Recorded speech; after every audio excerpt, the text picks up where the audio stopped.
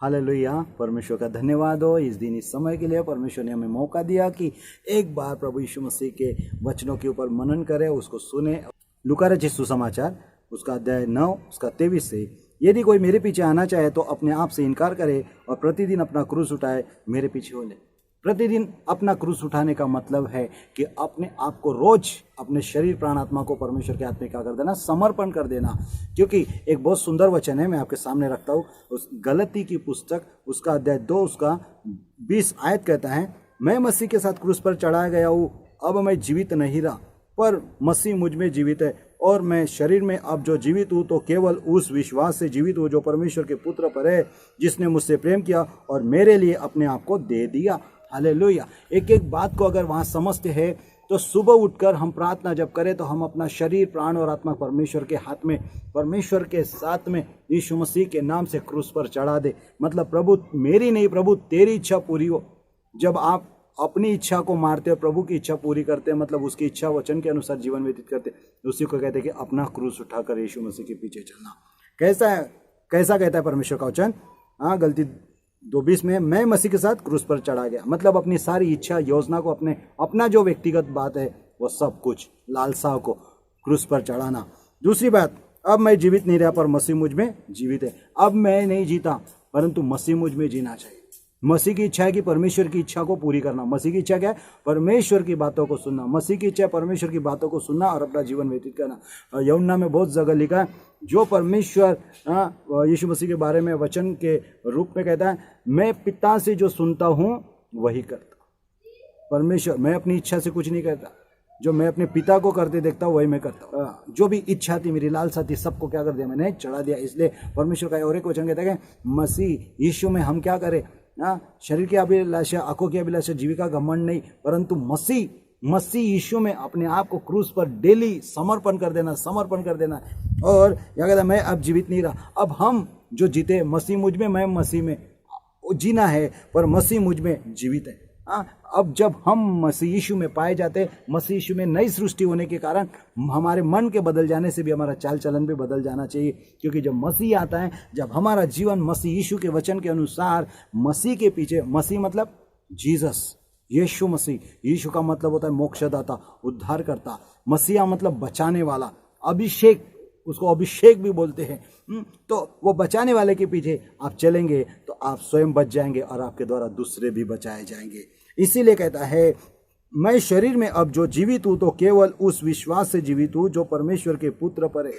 जब आप विश्वास करते हैं किसके ऊपर? परमेश्वर के ऊपर, आप जीवित रहते किसके द्वारा? प्रभु यीशु मसीह के द्वारा जीवित रहते, जिसने मुझसे प्रेम किया। किसने प्रेम किया? परमेश्वर ने जगत से ऐसा प्रेम रखा, अपना एकलौता पुत्र दे दिया, ताकि जो कोई प्रभु यीशु मसीह पर विश्वास करे वो नाश ना हो परंतु हमेशा का जीवन पाए। और इसीलिए कहता है, ऐसा प्रेम उसने किया और मेरे लिए अपने आप को दे दिया। आपके लिए कौन मरता है? ज्ञान दुनिया देंगी मेरे प्यारो, लेकिन जान केवल प्रभु यीशु मसीह ने दिया।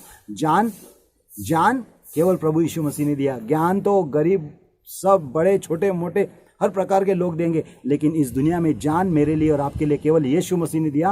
वो कलवरी क्रूस के ऊपर, और यीशु मसीह केवल कलवरी क्रूस के ऊपर मरा ही नहीं, परंतु उसको जब कब्र में रखा गया प्रभु यीशु मसीह को, वो मुर्दों में से तीसरे दिन जिंदा हुआ और आज भी वो यीशु मसीह जीवित है। इसलिए यीशु मसीह कहता है, अगर जो कोई मेरे पीछे आना चाहता है वो क्या करे? पहली बात, अपने आप से इनकार करे और प्रतिदिन अपना क्रूस उठाए। मतलब अब हम अपने लिए नहीं, प्रभु के वचनों में, प्रभु के वचनों के द्वारा, प्रभु की इच्छा में जीवन व्यतीत करना है। और कहता है, जो कोई अपना प्राण बचाना चाहे वो उसे खोएगा, परंतु जो कोई मेरे लिए अपना प्राण खोएगा वो उसे बचाएगा। क्योंकि जो कोई अपना प्राण बचाएगा, मतलब जान दो, जब जरूरत रहेगी हम यीशु मसीह को जाएंगे, प्रार्थना करेंगे, फिर काम निकल गया मेरा तो क्या करूँ तेरा, है ना? तो ऐसा नहीं, प्रभु हमेशा आप से एक चीज को मांगता है, समर्पण को मांगता है। समर क्या मांगता है? होम बलि, मेल बलि, अन्न बलि, दोष बलि, पाप बलि नहीं। हमें कुछ भी देने की जरूरत नहीं परमेश्वर को एक चीज देने की जरूरत है, धन्यवाद की भेंट। धन्यवाद की भेंट जब देते हैं, परमेश्वर आपसे खुश हो जाता है। और जब आप परमेश्वर के पीछे चलते, परमेश्वर को प्रसन्न करते, परमेश्वर कैसे प्रसन्न होता है? जब आप और मैं दोनों परमेश्वर के पीछे चलते और उसको धन्यवाद देते हैं। और यहाँ पे कहता है, जो कोई अपना प्राण बचाएगा वो उसे खोएगा, परंतु जो कोई मेरे लिए अपना प्राण खोएगा वो उसे बचाएगा। मतलब विश्वास योग्य, मतलब अंत तक हमको विश्वास योग्य बने रहना है। चाहे कुछ भी हो जाए, कोई भी परिस्थिति क्यों ना हो जाए, कोई हमारा विरोध करे, कोई कुछ भी करे, परंतु हमको प्रभु यीशु मसीह के पीछे चलना है। क्योंकि प्रभु का वचन में डायरेक्ट लिखा है, यदि कोई मेरे पीछे आना चाहता है तो अपने आप से इनकार करे और प्रतिदिन अपना क्रूस उठाए। मतलब अपने आप का इनकार करना है। अपने आप का मतलब सारी चीज़ों का इनकार। सारी चीज़ का मतलब क्या है? जो परमेश्वर को नहीं भाती, जो परमेश्वर को पसंद नहीं है, वो चीज़ें अगर हमारी जान पर भी आ गई तो भी चलेगा, लेकिन हम परमेश्वर के साथ विश्वास हो गए, ईमानदार और परमेश्वर के प्रति होलीनेस में चलना जरूरी है। परमेश्वर के वचन के अनुसार जीवन व्यतीत करना है। क्योंकि यहाँ पे कहता है 25 आयत में, यदि मनुष्य सारे जगत को प्राप्त करे, ध्यान से सुनिएगा, बहुत सुंदर वचन है, यदि मनुष्य सारे जगत को प्राप्त करे और अपना प्राण खो दे या उसकी हानि उठाए तो उसे क्या लाभ होगा? इस दुनिया का सारा संसार का धन आपको मिल गया, ऐशो आराम की जिंदगी जी, बंगले गाड़ी मिल गया, सब कुछ मिल गया, और आपका आत्मा नरक में गया। आपका इस संसार में जीते जी एक्सीडेंट हो गया, सब कुछ हो गया, सब कमाया। हमने देखा कई लोगों को बहुत पैसा कमाए और रात में हार्ट अटैक आके चल दिए। ये धन किसके काम का हो गया? पति पत्नी के लिए, ठीक है, गुड, अच्छी बात है, लेकिन आपने क्या पाया? आपने तो इस दुनिया में सब कुछ कमाया, हमने सब कुछ कमाया, अगर अपनी आत्मा को खो दिया तो इसका किसको लाभ होगा? किसी को भी नहीं।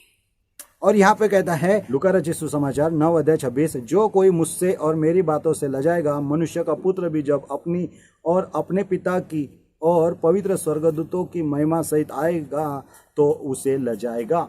जो कोई प्रभु यीशु मसीह का इस पृथ्वी पर इनकार करता है तो प्रभु यीशु मसीह भी स्वर्ग में उसका इनकार करेगा, ऐसा परमेश्वर डायरेक्ट कहता है।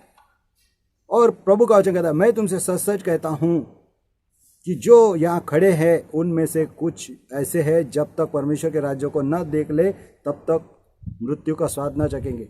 हालेलुया। जब तक प्रभु, अभी हम लोग कहते हैं, बाइबल कहती है हम अंतिम के समय है, अंतिम के समय में प्रभु यीशु मसीह बादलों पर आएगा मेरे प्यारों। तब तक लोग, सभी लोग नहीं इस दुनिया से चले जाएंगे, कई लोग जीवित भी रहेंगे।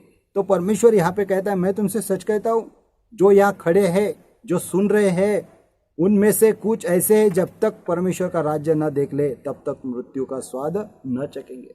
मतलब परमेश्वर कहता है प्रभु यीशु मसीह बादलों पर आएगा, आने वाले हैं, तब कितने सारे लोग उसको देखेंगे।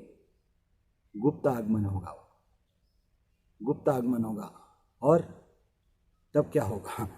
जब यीशु मसीह इस दुनिया में आएंगे और आएंगे, तब क्या होगा? लोग अपने आंखों से देखेंगे। लोग, बाइबल कहती है कि लोग छाती पीटेंगे, लोग रोएंगे। हालेलुया। जिसने यीशु मसीह को भेदा था वो भी उसको देखेंगे। तो मेरे प्यारो, आज का वचन क्या कहता है? यदि कोई मेरे पीछे आना चाहे तो अपने आप से इनकार करे। मतलब मैं मसीह के साथ क्रूस पर चढ़ा के अब मैं जीवित नहीं बनता, मसीह यीशु मुझ में जीवित है। यीशु मसीह के पीछे चलने से हम, बाइबल का वचन को मैं आपके सामने कोट करना चाहूँगा। यूहन्ना रचित सुसमाचार 1:11 और 12 वचन, वो अपने घर में आया लेकिन उसके अपनों ने उसे ग्रहण नहीं किया, परंतु जितनों ने प्रभु यीशु मसीह को ग्रहण किया उतनों को परमेश्वर ने अपनी संतान होने का अधिकार दिया, यीशु मसीह के नाम से। आमीन, हालेलुया। तो जब हम प्रभु यीशु मसीह को स्वीकार करते हैं उस समय हम क्रिश्चियन नहीं बनते, परंतु परमेश्वर के संतान बनते यीशु मसीह को ग्रहण करने के द्वारा। आमीन। प्रभु आपको आशीषित करे। आइए हम मैं प्रार्थना करता पिता, हम आपकी स्तुति करते, महिमा करते, बड़ाई करते, प्रशंसा करते, और अद्भुत अनुग्रह के लिए धन्यवाद। आपके पीछे चलने वाला वचन बताए इसलिए धन्यवाद, और सब कुछ हम आपके पवित्र सामर्थ्य जीवित बहुमूल्य हाथों में सौंपते हैं। यीशु मसीह के नाम से ज्ञान और बुद्धि का आत्मा दीजिए, जो सुना गया वो हमारे जीवन में अमल होने के लिए पवित्र आत्मा में सहायता कर। धन्यवाद देते यीशु मसीह के नाम से पिता। इसी कड़े में हम मन से विश्वास करते हैं, मुख से अंगीकार करते हैं कि यीशु ही प्रभु है। हम स्वीकार करते हुए प्रार्थना आपके प्रिय पुत्र हमारे उद्धारकर्ता यीशु के नाम से मांग लेते हैं। आमीन।